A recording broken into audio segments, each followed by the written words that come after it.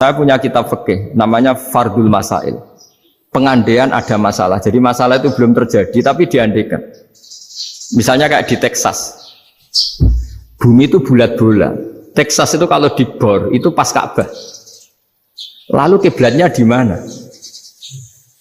Bumi ini kan hanya rubuk-rubuk seperempat. Yang ada arah itu seperempat. Tapi kalau Ka'bah itu sama Texas, satu Texas dengan Ka'bah itu lalu kiblatnya mana? Mau sudah bebas arah. Maka ilmu mengatakan maro'ahu muslimuna hasanan fawa indawa hasanun. Kamu jangan nuruti ilmu hakikat tapi nuruti mindset. Kalau mainstreamnya orang banyak seperti itu, mindsetnya orang sana misalnya Ka'bah sana ya ikut sana. Tapi ini tidak mewakili hakikat karena kalau yang 380 derajat itu kan terus ribet. Makanya ini kesulitan di bab-bab fikih. Ya saya ulang lagi, kesulitan di bab-bab fikih. Makanya fikih itu selalu bicara, misalnya gini, ada orang sholat. Saya ulang lagi. Setelah salam pertama dia kentut, itu sholatnya batal apa enggak? Itu lama berdebat. Yang dikatakan rukun sholat itu salam pertama. Sehingga orang kalau sudah salam pertama, maka sudah keluar dari sholat. Maka kalau kentut enggak apa-apa, wong yang keluar dari sholat itu salam pertama. Tapi lalu pertanyaannya, kenapa Nabi salam 2 kali? Lalu yang kedua gunanya apa? Ribet kan, partai ini kalah pasti kalau ditanya gitu. Tapi kalau ditanya dibalik, sholat itu satu ibadah yang dimulai dengan takbir, yang diakhiri dengan salam. Berarti salam pertama itu pengakhir apa nunggu salam kedua? Pertama, di semua ulama bilang salam pertama. Kalau salam pertama sudah pengakhir, berarti pembatalan setelah itu nggak punya efek, nggak punya akibat. Itu kan ribet. Debat fikih itu memang ribet. Fikih itu memang senam otak karena pertanyaannya mirip-mirip seperti itu. Nah, sampean milih mana? Milih salam pertama apa salam kedua? Pasti ulama milih salam pertama. Jadi anehnya fikih itu di situ. Misalnya orang mati, takbir itu berapa kali? 4 kali. Andai kan takbir 5 kali itu batal apa enggak? Satu ulama mengatakan 5 kali itu batal. Karena rukunnya sholat jenazah itu takbir 4 kali. Berhubung ini rukun, kalau nambahi ke 5, berarti menambahkan rukun. Kayak kamu sholat, rukuk 2 kali kan batal. Sujud 3 kali, batal. Karena menambahkan apa? Rukun. Berarti kalau takbir 5 kali, batal. Tapi pertanyaannya, takbir itu adalah wiridan biasa, sehingga kalau ditambahkan nggak punya akibat, batal. Jadi perdebatan ulama itu kadang ya lucu. Kayak kemarin Pak Haris pas pertama bertamu ke sini mau ngundang saya, tak ceritain. Dulu sholat jenazah itu pasti mayat di depan. Karena lazimnya sholat jenazah itu mayat di depan. Tapi mulai dulu lama sudah berpendapat, andai kan jenazahnya di belakang pun tetap sah. Fa'innal janazah laisat bi imamin, karena jenazah itu tidak imam. Kenapa harus di depan? Oh, tidak imam kok harus di depan. Itu mulai dulu. Sehingga ketika Arab Saudi pernah mengalami tragedi, ada orang yang dibungkus kayak mayit, ternyata senjata. Setelah di dekat Ka'bah dipakai. Dulu tragedi tahun berapa itu? Pokoknya pernah ada tragedi itu. Semenjak itu Arab Saudi kalau ada orang mati tetap di kamar mayit, terus ada sholat jenazah. Padahal mayitnya di belakang yang jamaah. Jadi meskipun kita tidak akan bikin ajaran baru jenazah di belakang, ya tidak keren, kasihan kan, tetap biasanya di depan ya di depan. Tapi meskipun jenazah ini di depan, kita tetap berpendapat andai kan di belakang tetap sah, tapi nggak usah dipraktekkan. Nah, pentingnya ilmu ini begini, saya misalnya di Rembang, boleh nggak nyolati ghaib jenazah yang di Surabaya? Boleh kan, padahal yang kita sholati di belakang. Jadi ilmu itu penting. Cocok tidak cocok, nama ilmu itu penting. Terus ada gini lagi pertanyaan di fikih. Memang saya sengaja akan ngaji fikih. Kalau ngaji intelektualitas orang Muhammadiyah juara. Tapi ini ngaji fikih. Ada orang sarongnya itu pas sampai lutut. Kalau berdiri lututnya tertutup. Tapi nanti kalau ruko agak jengking lututnya terbuka. Itu batalnya nunggu ruko apa mulai takbir sudah batal? Padahal pasti nanti batal kalau rukuk ini. Itu ada ulama yang mengatakan, ya batalnya nunggu rukuk. Bagaimanapun terjadinya pembatalan waktu rukuk.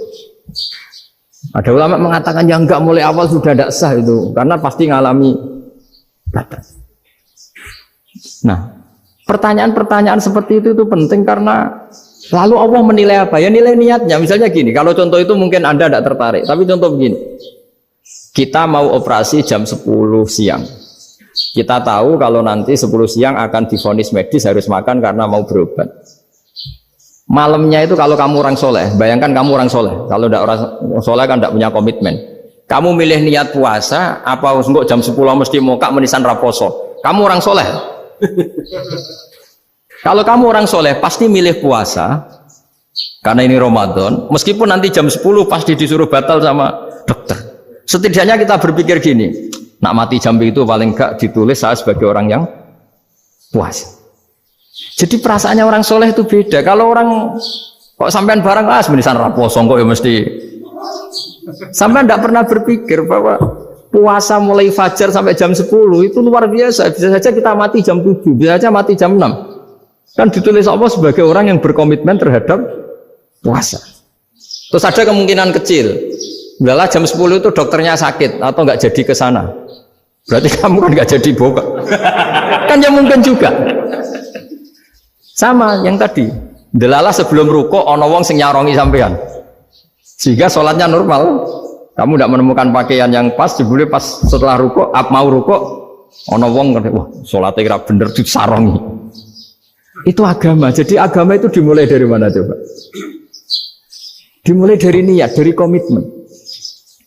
Nah, sekarang kelirunya kenapa ada garis keras? Agama itu dimulai dari keinginan ideal. Yaitu yang mulai itu ada orang-orang garis keras. Agama ini enggak, agama ini dimulai dari niat. Sampai ada kaidah agama la yudroku kulluh la yudroku kulluh. Kalau tidak bisa ideal jangan ditinggalkan sama sekali. Tapi orang enggak, sekarang bayangkan Islam itu ideal. Pemimpinnya ya soleh, masyarakatnya soleh, enggak ada maksiat, enggak ada apa. Nan apa ilmu? Kalau secara ilmu mulai dulu ya ada orang dolim, ada orang soleh. Nabi kurang baiknya. Di angkatan itu ya ada orang munafik. Sehingga ulama itu sudah berpendapat ideal itu piye. Zaman Nabi saja ada orang apa? Munafik. Itu ilmu. Kalau nuruti kelangenan, inginnya dunia ya steril, nggak ada maksiat, nggak ada. Dan agama itu diciptakan Allah itu memang unik. Calon Nabi misalnya, Nabi Musa itu sing rumat Fir'aun. Ketika Nabi Muhammad lahir, sing ribet manitia ini Abu Lahab. Orang dosen UMF. Coba. Karena Allah ingin memaklumatkan ke kita bahwa agama ini akan hidup di kondisi apapun. Asia, istrinya Fir'aun itu termasuk mukminah yang dipuji Quran. Padahal dia bukan istrinya pengurus NU atau pengurus Muhammadiyah, istrinya Fir'aun. Tapi itu pelajaran bagi kita bahwa orang-orang baik itu tidak harus di lingkungan yang baik. Masjid paling makmur itu kadang di dunia mungkin ya jangan bakas Mekah Medina itu karuan. Mungkin di antara masjid yang makmur justru yang di Kanada, di Amerika mungkin. Karena merasa minoritas itu perpustakaannya ada, kajiannya ada. Tapi banyak masjid di daerah pesantren yang malah sepi. Karena kiainya tahu jamaah di masjid itu wajib. Itu ada daerah pesantren, seorang lagi ada daerah pesantren. Didikon pengajian, monggo nekani pengajian, maca selawat ning omahe ganjaran padha wae. Ribet kan? Mau dibantah itu benar, mau dibiarin merusak tatanan. Jadi saya mohon sekali ya, jadi ilmu itu diperbandingkan supaya perbedaan-perbedaan itu biasa. Dulu Imam Malik itu punya murid namanya Imam Syafi'i. Itu dalam banyak hal. Itu perbedaannya tajam sekali. Ya saya ulang lagi, dalam banyak hal itu perbedaannya tajam sekali. Misalnya begini. Ini terakhir percontohan saya fikih, nanti dikaji sendiri. Ada seorang A'rabi, Ja'a A'rabiyun. Ini di hadis sahih diulang-ulang di semua Al-Kutubus Sittah ada peristiwa ini. Ja'a A'rabiyun ila Rasulillah sallallahu alaihi wasallam faqala ya Rasulullah ahlaktu. Qala wa ma ahlakaka? Qala wa qatu imraati fi nahari Ramadan. Ya Rasulullah, saya ini orang yang rusak. Kenapa? Saya ini hubungan intim sama istri saya ketika masih siang Ramadan.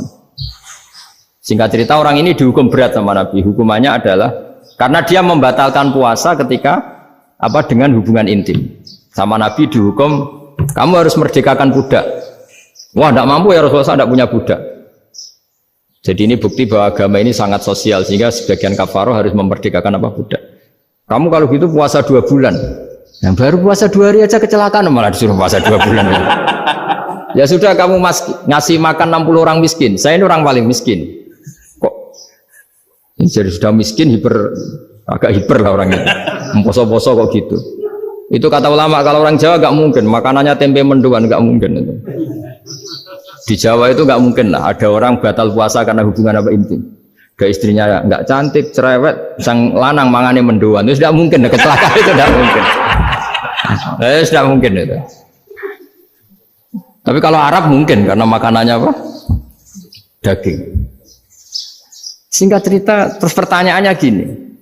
Kalau batal biasa itu kan bayarnya puasa 1 hari. Kalau batal pakai hubungan intim, pakai jima kalau dalam bahasa fikih, itu kafarohnya berat, yaitu merdekakan budak atau puasa 2 bulan berturut-turut. Pertanyaannya gini, jima istri itu boleh loh tidak zina. Jima istri itu boleh loh tidak zina. Itu kan hukumannya berat.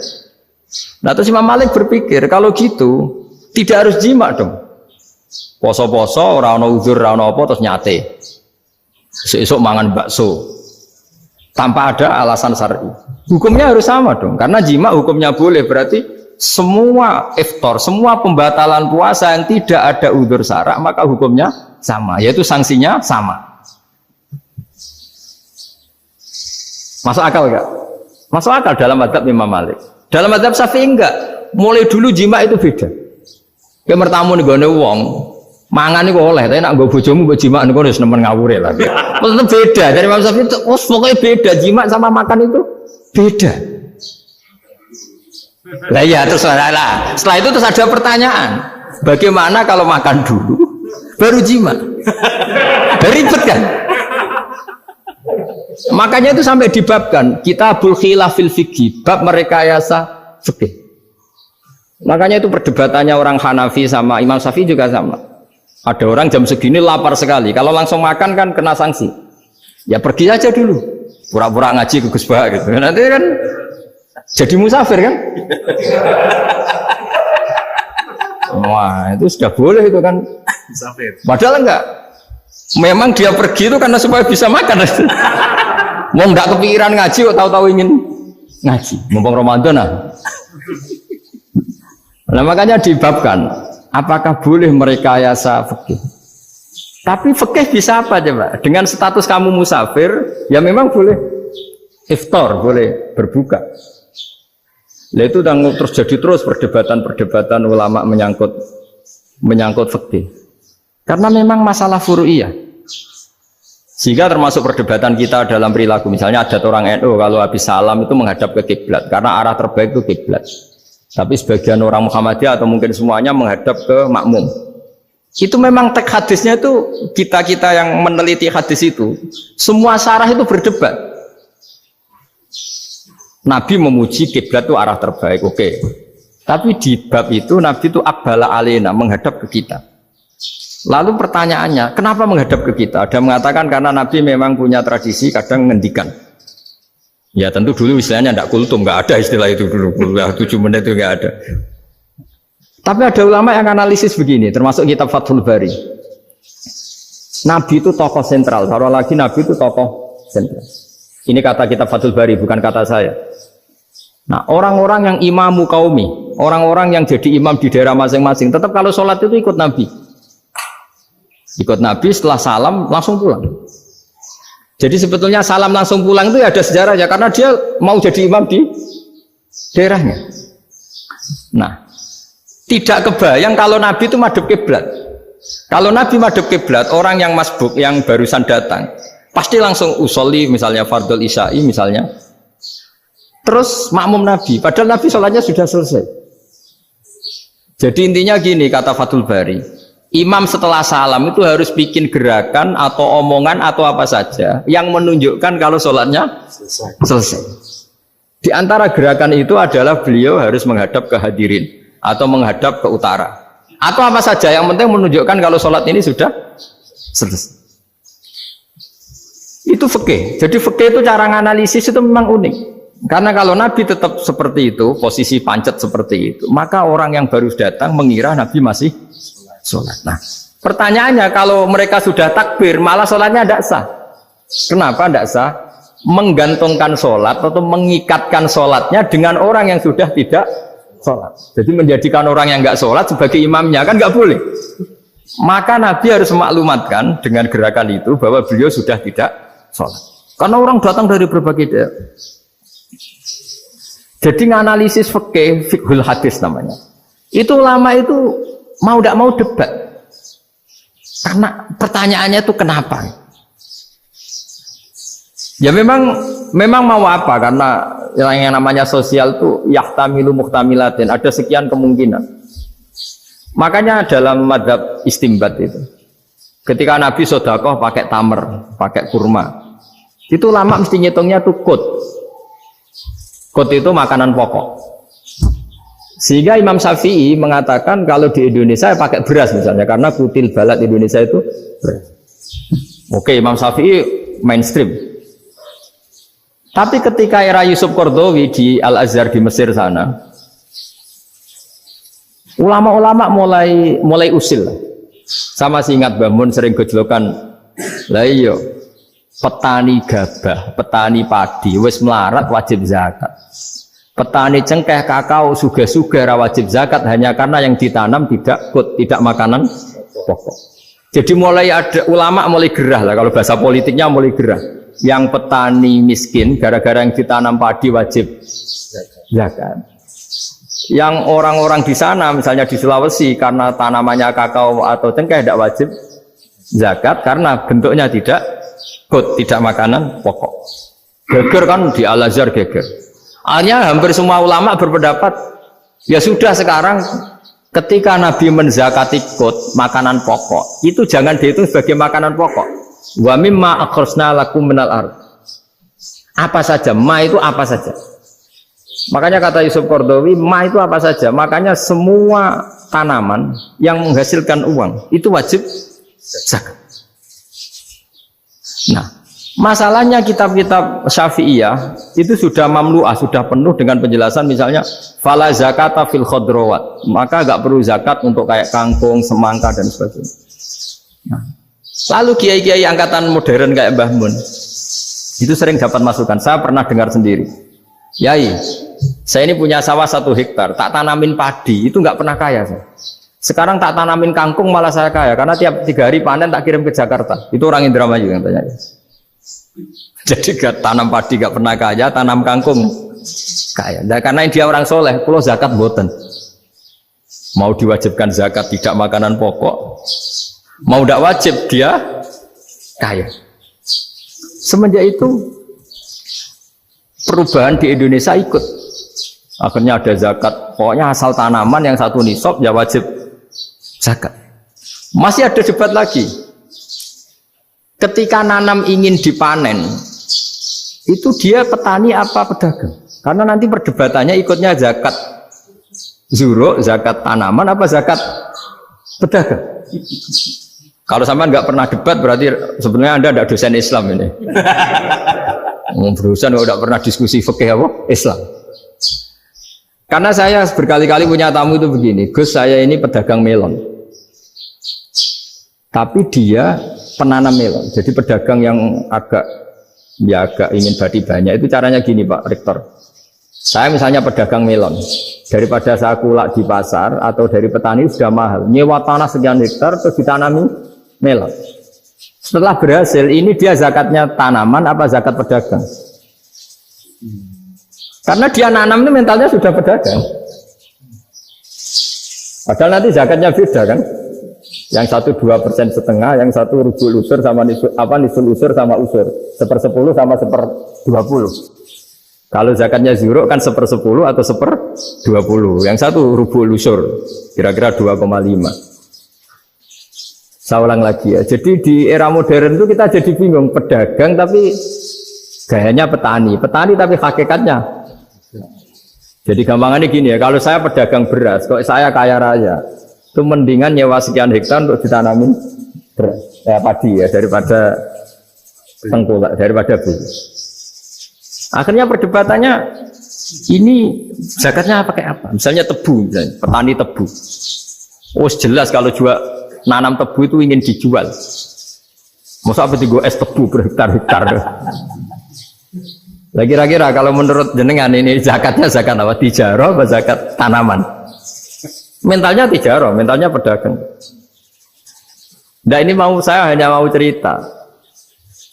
Khilaf kadang-kadang orang angen-angen. Khilaf itu nggak mungkin enggak. Ya sama seperti NU dan Muhammadiyah selalu khilaf awal Ramadan. Itu memang nggak bisa nggak khilaf. Misalnya begini. Saya beri contoh ya. Karena kadang yang khilaf juga nggak pernah belajar. Lucu kan? Tak beri contoh ya. 2001 itu abad keberapa coba? Tahun 2001. Abad 21 abad 20? Abad 21.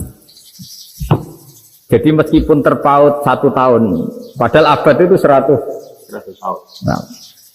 Nah, pikirannya orang-orang Muhammadiyah seperti itu. Hilal kalau sudah melewati garis ufuk, meskipun setengah derajat atau 1 derajat itu sudah ikut bulan berikutnya.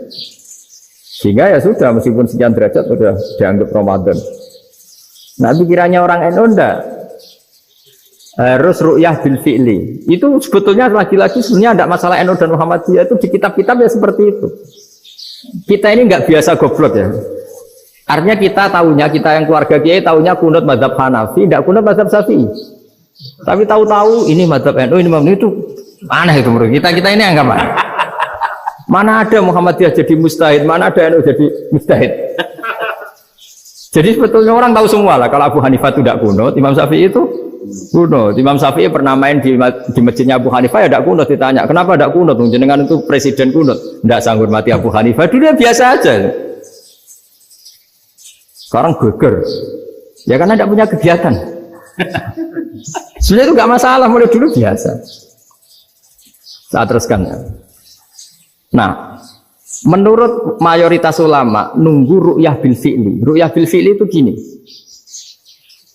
Mata telanjang bisa melihat karena agama ini menggantungkan perintah itu sama melihat. Kalau kamu tidak melihat itu bagaimana kena hukum? Ibaratnya gini, Pak Rektor datang ke rumah saya tapi saya nggak tahu. Kena nggak saya hukum harus menghormati? Dia datang nggak sembunyi-sembunyi. Saya kena hukum harus menghormati ya kalau melihat, kalau enggak ya enggak. Tapi Pak Rektor tetap bilang, tapi saya hakikatnya datang, jadi saya datang itu. Itu kan ribet. Akhirnya ya sudah, itu nggak ada khilaf sampai mati ada khilaf karena yang satu menggantungkan hukum itu digantungkan sama tahu. Kalau enggak tahu ya, misalnya baju saya ini hakikatnya ada najis, pas sholat saya enggak tahu. Sholat saya sah apa enggak? Sah. Karena hakikatnya, ya memang saya tidak tahu. Tapi hakikatnya ada najis apa enggak? Ada. Ya sudah, itu sama-sama masuk akal. Ada lagi khilaf yang senam otak. Fasyamu salasati ayamin fil haji wa sab'atin idza raja'tum. Singkat cerita ada satu pelanggaran haji yang kata Allah kafarohnya itu puasa 3 hari sama 7 ketika kamu pulang, idza raja'tum, ketika kamu pulang. Dalam mazhab Syafi'i yang namanya pulang itu yang haji sudah sampai rumah. Di mana-mana pulang itu ya sampai rumah. Dalam mazhab Abu Hanifah enggak, ketika orang sudah balik kanan dari Arab Saudi, dari Mekah, ya namanya sudah pulang. Misalnya gini, ini Pak Rektor pamit saya, Pak Haris. Gus, Pak Haris mana? Ya sudah pulang kata saya, padahal sampai pandangan sampai itu. Tapi bagi keluarganya belum pulang. Lalu idza raja'tum ketika pulang itu bahasanya siapa? Bahasa istrinya apa bahasa yang ditamoni? Kamu ditamoni orang, terus tamunya mana? Sudah pulang. Tapi tanyakan istrinya, belum pulang. Khilaf-khilaf gini kok jadi geger itu kan goblok banget maksudnya itu. Jadi biasa, gini itu biasa. Jadi ya karena memang ini bukan masalah akidah, ini masalah furu'iyah, masalah fikih itu masalah furu'iyah. Mau tidak mau harus beda. Misalnya di sholat juga gitu. Wa ayyuku udin ko adal musolli sokat sholatu. Duduk dengan gaya apapun itu sholatnya sah. Jika sampean kalau haji atau umroh, orang Arab itu jenenge duduk ngenak awak di kursi. Duduk sopan ya hanya orang Indonesia loh. Kalau sholat tuh masih duduk ala orang tahiyat. Kalau sampean di Mekah, duduknya pakai apa coba? Kursi ya? Oh enak sholat duduk. Karena memang takbirnya di fikih dengan duduk gaya apa saja sah. Makanya sengenak awak duduk di kursi. Ribet kan? Mau tidak disahkan itu namanya duduk. Mau disahkan masa iya soal Allah kok duduk santai-santai gitu. Tapi mau apa? Ini fikih. Biasa ulang lagi ini fikih. Fikih itu ya sudah ini fikih. Makanya kalau ulama berdebat misalnya Abu Hanifah berpendapat sholat itu wajib baca Fatihah pasal Quran. Dalam mainstreamnya ya Fatihah karena la sholata liman lam yaqra bi Fatihatil kitab. Tapi cara Abu Hanifah enggak. Faqra'u ma tayassara minal Qur'an. Bacalah apa saja yang mudah bagi kamu. Asal itu Quran. Sementing gak gending Jawa, gak nyanyi lah. Ya sudah mau apa coba?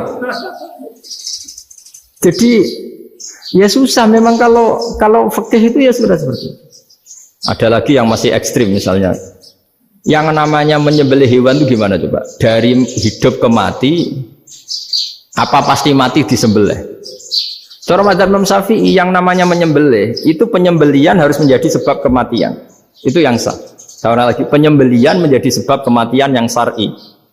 Sehingga beliau mensyaratkan hewan yang disembelih ini masih punya hayatun mustaqirrah, punya kehidupan yang normal. Sehingga kalau nggak disembelih ya hidup. Sehingga kalau ada hewan ketabrak truk kejet-kejet, mesti mati nih buat sembelih. Itu nggak sah karena nggak usah disembelih ya wes mati kan. Karena ini hanya nunggu koordinasi Israel kan, dia kejet-kejet itu kan prosedur itu. Tapi tidak disembelih pun mati. Tapi cara mazhab Malik enggak. Pokoknya anggere jek duwe nyawa jenenge kewan urip. Dengan kamu sembelih berarti matine mergo mbok sembelih. Meskipun nanti ya enggak usah disembelih ya mati. Coba hitung secara ilmu matematika. Kalau enggak disembelih hidupnya 5 menit.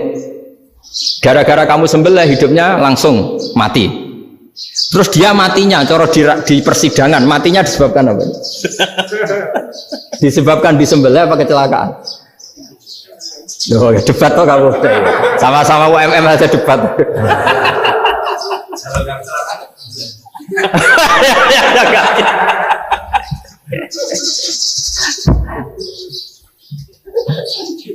Lalu saya pernah ngalami nyata itu, saya jalan-jalan sama anak saya pakai motor, sampai di jalan raya gitu ada ayam jago ketabrak mobil, kejet-kejet. Orangnya tanya, Gus ini halal tau ora? Wis kanggo kon halal lah. Suatu saat dia nggak terima kan, tanya, kenapa Gus? Ya nak kiai ra pantes, masuk kewan mesti mati nih tak sembelih, nak kiai pantes kan? Karena aku tahu kamu tuh gak kiai, mesti motifnya itu mergo jago, jajal cilik gak tak kok. Adekan ayam itu bayi kan gak ditanyakan, kejet-kejet mati rak lah, wong cilik wae. Tapi masalahnya ini kan jago, eman ya. Tapi secara fikih pertanyaannya tadi, hewan yang sudah tidak punya hayatun mustaqirrah, dia hanya punya al hayat al ittiroriyah, dia punya harokah ittiroriyah, dia mati kejet-kejet memang prosedur mati harus seperti itu. Mbok kecelakaan kayak apa, kalau mati kan kejet-kejet dulu. Nah ketika kejet-kejet ini pertanyaannya ini kan hidup apa mati namanya? Enggak, namanya hidup apa mati? Pas kejet-kejet itu hidup. Cara Imam Malik itu hidup. Ya sudah, kalau hidup disembelih ya halal. Karena misalnya nanti kalau nggak disembelih matinya kan 2 menit lagi. Gara-gara disembelih mati sekarang. Tetap penyebab kematian itu nyembelih. Penyembelian ini sebab kematian. Tapi kalau Imam Syafi'i enggak, cara berpikir wes nemen, paling roh besok kaget langsung mati. Kalau gitu berarti kamu nyembelih barang mati. Jadi fikih itu kadang unik. Makanya ketika ngitung fikih itu unik ya. Orang keluar mani wajib apa? Mandi kan. Terus Imam Syafi'i ditanya, kenapa kalau orang kelahiran juga harus mandi? Namanya nifas. Fa innal walada waliyun munaqidun. Ya anak ya mani yang menggumpal. Bedanya apa anak dengan mani itu? Jadi fikih itu kadang lucu. Di rumah-rumah tenan juga lucu. Keluar mani wajib mandi. Berarti kalau keluar anak ya wajib mandi karena hakikatnya anak adalah Mani yang mengkristal. Terus usia sudah di dosen macam-macam itu kan hakikatnya mani. Itu fikih. Nah terus ditanya, kenapa kalau lahir langsung mati tidak wajib disolati? Ya jawabannya Mas Syafi'i lucu. Di mana-mana sholat itu nyolati mayit. Yang namanya mayit itu pernah hidup terus mati. Kalau itu tidak mayit ya sudah. Jadi kadang, nah iya kan disebut sholat mayit. Yang namanya mayit itu apa? Pernah hidup. Nah ini kan tidak pernah hidup. Maka ya sudah seperti itu. Jadi nggak khilaf itu nggak mungkin. Nah kalau qit'atul lahmin, kalau hanya potongan daging, mungkin wah itu tidak manusia karena qit'atul lahmin. Sekarang pertanyaannya, kalau sudah berbentuk manusia, meskipun tidak pernah hidup, nah ini mulai perdebatan karena melihat tidak pernah hidup itu nggak memenuhi syarat, tapi melihat ini sudah suratu adamiyin, bentuknya sudah. Nah kira-kira gitu perdebatan fikih. Makanya dulu awal mula zaman sahabat itu sudah debat. Masyhur kan Nabi ada kontingen ke Bani Quraidah. Ya kalau kira-kira saya minta Pak Rektor kamu jangan kalau ke Malang jangan sholat asar kecuali sampai Tuban. Sebelum Tuban ternyata matahari mau tenggelam. Terus Pak Rektor milih, wah sudah sholat di Bulu. Padahal belum Tuban. Padahal saya bilang jangan sholat asar kecuali di Tuban. Yang Pak Haris enggak, tetap sholat di Tuban meskipun matahari sudah tenggelam. Karena Nabi menyebut Tuban. Singkat cerita, zaman itu kan Bani Quraidah. La tusolliyanal asra illa fi Bani Quraidah. Kalian semua jangan sholat asar kecuali sampai Bani Quraidah. Ternyata di tengah perjalanan matahari sudah mau tenggelam, kira-kira kurang 2 menit atau 3 menit. Sahabat-sahabat, sudah kita sholat asar di sini. Kalau sampai sana pasti sudah tenggelam. Separuh sholat. Yang separuh enggak, kata Nabi harus di Bani Quraidah. Ya sudah nunggu di Bani Quraidah meskipun matahari sudah tenggelam. Sehingga kita dua kelompok ini matur, ya Rasulullah kita ngalami ini perdebatan gini-gini. Di semua riwayat di hadis-hadis sahih disebut falam yu'anlif wahidan minhuma. Nabi tidak menyalahkan salah satunya atau enggak menyalahkan dua-duanya. Itu bahasa Indonesia juga ribet, yang benar gimana? Enggak menyalahkan salah satunya, apa enggak menyalahkan dua-duanya? Gimana bahasa benernya? Salah satunya. Salah satunya itu dua-duanya? Ya. Enggak, kalau bahasa Indonesia tidak menyalahkan Kedua-duanya. Kedua-duanya apa salah satunya yang benar? Kedua-duanya. Kedua-duanya. Bahasa Indonesia itu ya kadang ruwet ya. Orang pinter kayak Pak Habibie itu namanya ya orang luar biasa. Nanti sekolahnya orang-orang idiot itu ya sekolahan luar biasa. Orang pinter banget bahasa Indonesianya ya luar biasa. Kalau sekolah untuk orang-orang yang idiot juga luar biasa. Jadi kalau dipuji luar biasa itu gak jelas ini luar biasa ya. Gak jelas kata bahasa kita ini katanya gak jelas. Nah itu gak menyalahkan dua-duanya apa salah satunya? Keduanya. Tidak menyalahkan kedua-duanya. Misalnya dibahasakan gak menyalahkan salah satunya, benar apa salah?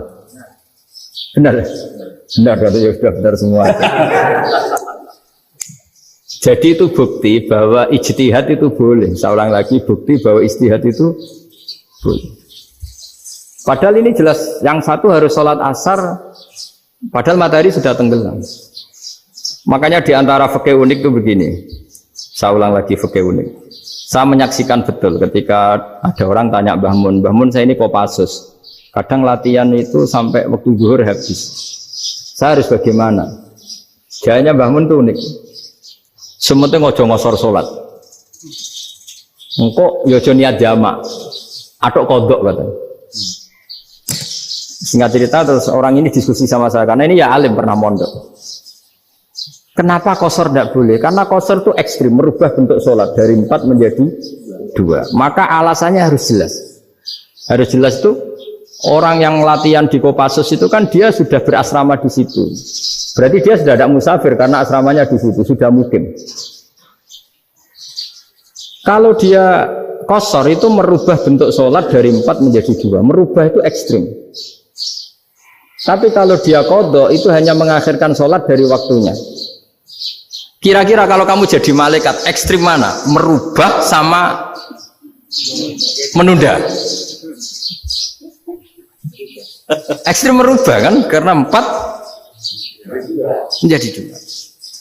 Terus ojo jamak takdim, tapi jamak takhir. Itu juga penting. Bagi pengkaji fikih itu penting. Kalau jamak takhir itu salah-salah sidik ora pati popo. Kenapa? Kan mirip duhur kodok. Kalau jamak takhir kan, tapi kalau jamak takdim asar kok di waktu duhur, ekstrim mana? Perubahan takhir sama takdim itu ekstrim mana? Ekstrim takdim karena melakukan sesuatu belum waktunya.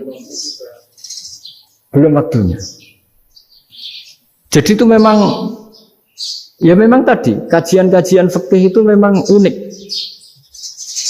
Karena bagi ahlinya, saya ulang lagi, tapi ini saya ulang lagi bagi ahlinya. Makanya ketika Nabi menjamak sholat ketika nusuk, ketika haji itu kata Imam Syafi'i lis safar, karena Nabi pergi jauh karena rumahnya Madinah. Tapi resikonya fatwa itu adalah orang Mekah nggak boleh jamak karena kawasannya nggak sampai 90 kilo lah kalau sekarang mungkin. Tapi kalau tahu Imam Malik nggak, jalin nusuk sehingga orang Mekah pun yang haji ya boleh jamak karena alasan jamaknya karena nusuk, karena haji bukan karena jarak. Terus diteruskan lagi. Kalau karena pergi boleh jamak, memangnya pergi itu kenapa? Karena repot. Nah itu masalah kan, nggak sakok. Nah, terus mulai ada orang-orang yang ngawur kan, resepsi jamak ribet, wes resepsi duit utangan kan capek. Wah itu sudah jamak ribet kan. Jadi kalau sudah illatul hukmi itu sudah mesti bikin masalah. Kalau sudah illatul hukmi itu pasti bikin masalah. Nah, pertanyaannya, jamak itu masih gampang karena bentuknya sholat masih 4. Yang ekstrim kalau qasar karena bentuk sholat 4 menjadi 2. Maka kata Mbah Mun pesennya, nak kue ra mesti bener, jika alasan itu tidak mesti benarnya. Pokoknya sementing tidak qasar kan. Juga tidak jamak takdim karena qasar ini kan merubah bentuk sholat kan ekstrim. Jamak takdim juga ekstrim karena mendahulukan sholat sebelum waktunya. Kalau jamak takhir kan biasa, kalaupun salah kan mirip kodok. Ya mirip kodok biasa kan. Nah ini saya cerita, jadi fikih itu bagi ahlinya itu memang punya konsekuensi yang seperti itu. Makanya pertanyaannya misalnya, bagaimana hukumnya penyembelihan lewat mesin? Ya ribet kan. Bagaimana nyembelih dari apa ini? Belakang. Saya baca di kitab-kitab nyembelih dari belakang itu ya hukumnya tetap boleh asal apa itu hulkum dan mari itu terpotong. Tapi pertanyaannya, jangan-jangan ayamnya sudah kaget dulu karena uratnya ini. Makanya perlu ditanya ahli medis, setelah uratnya tercabut ini jangan-jangan sudah berstatus mati. Kan potensi ketika dipotong dari sini, potensi sudah berstatus mati. Makanya, nah kalau misalnya menyembelih dengan dibuat plak itu langsung mati juga. Itu tetap ada dokhtoh, kalau dalam bahasa fikih dokhtoh. Dia terkaget, begitu ada dokhtoh karena nggak bisa bernafas terus mati. Berarti kelangsungannya bangkai. Jadi orang yang pengkaji fikih itu ya seperti itu, memang itu yang ditekuni.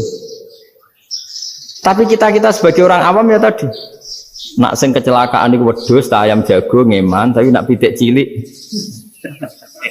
ikhlas.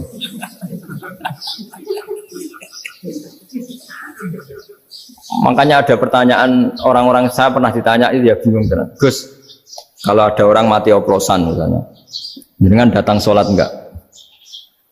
Ya datang sholat kan, dia orang mukmin, saya tetap sholat. Kenapa kan? Ya kan matinya oplosan. Tapi andaikan tokoh yang mati, kamu sholat enggak? Ya sholat kan dia tokoh. Jadi ribet.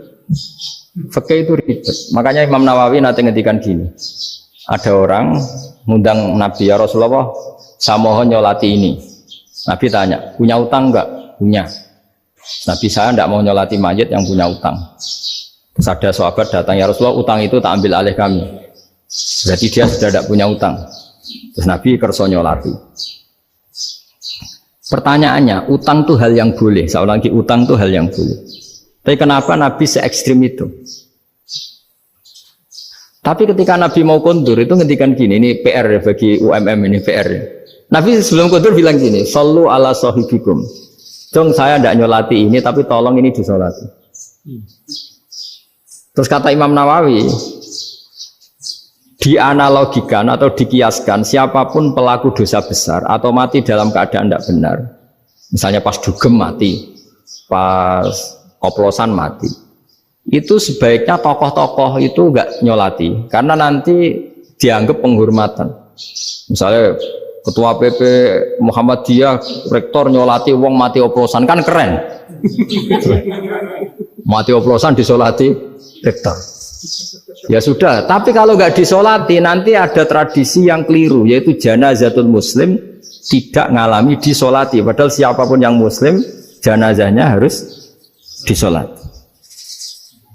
Makanya setengah-tengah ya rasa rektor lah, bu satpam, bu satpam itu tetap ada yang sholat gitu. Itu kata Imam Nawawi. Jadi ketika ada orang mati nggak benar, itu sebaiknya tokoh-tokohnya nggak ikut nyolati, tapi awamun nas orang kebanyakan ikut sholat. Jadi fikih itu agak jelimet karena tadi ketika tokoh ini nyolati, pertanyaannya bedanya apa? Mbak sing mati ini masjid, mbak mati oplosan. Karena sama-sama semua orang nyolati kan tidak ada sanksi sosial itu. Tapi ketika nggak disolatkan sama sekali, wah lebih parah lagi. Ini ada janazatul muslim tidak disolati. Sehingga kata Imam Nawawi ini hebatnya Nabi tengah-tengah. Jadi Nabi kundur, jong saya ada nyolati tapi sallu ala sahibikum. Ya tapi ini kamu harus nyolati. Kata Imam Nawawi, orang yang mati bunuh diri, orang yang mati oplosan, orang mati secara enggak benar itu asal dia muslim tetap wajib disolati karena sholat ini hakul muslim. Kan seorang muslim diantara haknya apa? Ketika mati dikafani, dimandikan, disolat. Tapi ini masalahnya matinya pas murtakibul kabiroh, pas melakukan dosa besar. Dan itu sebab kematiannya. Kalau dia oplosan, kan sebab matinya karena oplosan. Ya kan terus ribet. Mau disolati oleh, apalagi misalnya kita ketua ulama, udah terkenal wali, wah keren, mati oplosan lagi disolati wali, kan ribet kan? Nanti yang repot malaikatnya. Itu ya ini yang nggak kata bahaya. Saya pernah baca kitab itu yang repot malaikatnya. Itu ada yang bilang gini, orang yang punya hutang itu pasti nanti hisabnya berat. Diaudit malaikat sampai bisa nyaur utangnya. Sementara malaikat kena konstitusi, kalau Nabi mendoakan harus mustajab. Ini kan ada dua hukum yang berlawanan. Sekali Nabi berdoa, wa maghfir lahu warhamhu, itu harus dituruti malaikat. Nggak boleh doanya Nabi nggak dituruti malaikat. Sementara aturan Islam juga harus dituruti bahwa orang yang punya utang harus tersandra oleh utang. Tapi nak sing dunia Pak Haris kan, nggak TNO. Nggak ngefek gitu. Jadi misalnya Pak Haris bingung sampai nangis semua maghfir lahu kan, nggak ngefek. Malaikat nggak itu, nggak sudah lepas. Tapi kalau Nabi yang berdoa kan harus dituruti. Ini masalahnya kan itu. Nah kalau diturutin berarti hutangnya harus bebas. Padahal secara aturan harus tersandra karena punya hutang. Dan nanti sama kalau yang mati oplosan ini yang doain wali, kok wali sampai Allah maghfir lahu. Doanya wali kan harus terkabul. Sementara secara hukum dia harus kena sanksi karena oplosan tadi. Daripada ngerepotno malaikat, sudahlah wali-wali ini tidak usah ikut nyolatin. Yang nyolati ya orang-orang nggak jelas ini, sehingga kan malaikat kan santai aja kalau mau nyeksa. Loh tapi kan sudah didoain, nggak ngefek. Karena doanya orang-orang nggak penting. Itu ada tuh di sarah Muslim itu. Di sarah Muslim di bab ketika Nabi ngetikan babu qauli Rasulullah sallallahu alaihi wasallam sallu ala sahibikum. Jadi belajar fikih itu asik.